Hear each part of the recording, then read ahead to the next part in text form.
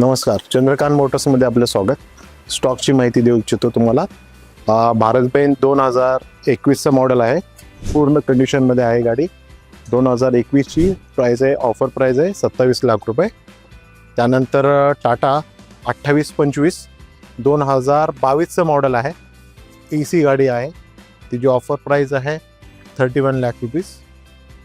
नंतर एक नाही, दोन नाही, तीन नाही, टोटल 5 गाड्या अवेलेबल आहे भारत बेंज युरो 4 मध्ये।